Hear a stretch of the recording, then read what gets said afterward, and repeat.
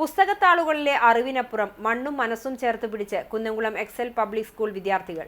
സ്കൂളിനോട് ചേർന്നുള്ള പാടത്ത് വിദ്യാർത്ഥികൾ തന്നെ വിളയിച്ചെടുത്ത ജൈവ നെല്ല് കൊയ്തെടുത്ത് പുഴുങ്ങിക്കുത്തിയ അരി ഉപയോഗിച്ച് നടത്തിയ കഞ്ഞി ഉത്സവം വിദ്യാലയത്തിൽ വേറിട്ടൊരു അനുഭവമായി.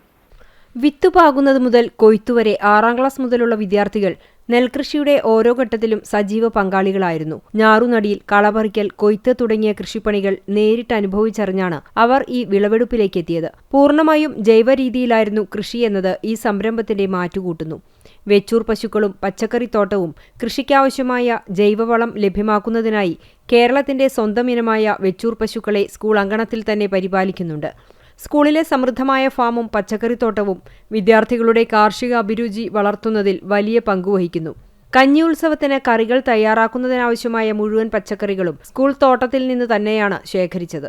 സ്കൂൾ അങ്കണത്തിൽ നടന്ന കഞ്ഞി ഉത്സവത്തിൽ കുന്നംകുളം നഗരസഭാ വൈസ് ചെയർമാൻ പി.ജി. ജയപ്രകാശ്, നഗരസഭാ സ്ഥിരം സമിതി അധ്യക്ഷന്മാരായ മിഷ സെബാസ്റ്റ്യൻ, ആർഷ ജിജു, മാധ്യമപ്രവർത്തകൻ സി. ഗിരീഷ് കുമാർ എന്നിവർ അതിഥികളായി പങ്കെടുത്തു. കുട്ടികൾ തന്നെ വിളയിച്ചെടുത്ത അരിയുടെ രുചിയും ഗുണവും നേരിട്ടറിഞ്ഞ അതിഥികൾ സ്കൂളിന്റെ ഈ കാർഷിക വിപ്ലവത്തെ അഭിനന്ദിച്ചു. മുഴുവൻ വിദ്യാർത്ഥികൾക്കും അധ്യാപകർക്കും കൃഷിയുടെയും അധ്വാനത്തിന്റെയും വില മനസ്സിലാക്കി നൽകിയ ഈ ഉത്സവം വരും വർഷങ്ങളിലും തുടരാനാണ് സ്കൂൾ അധികൃതരുടെ തീരുമാനം.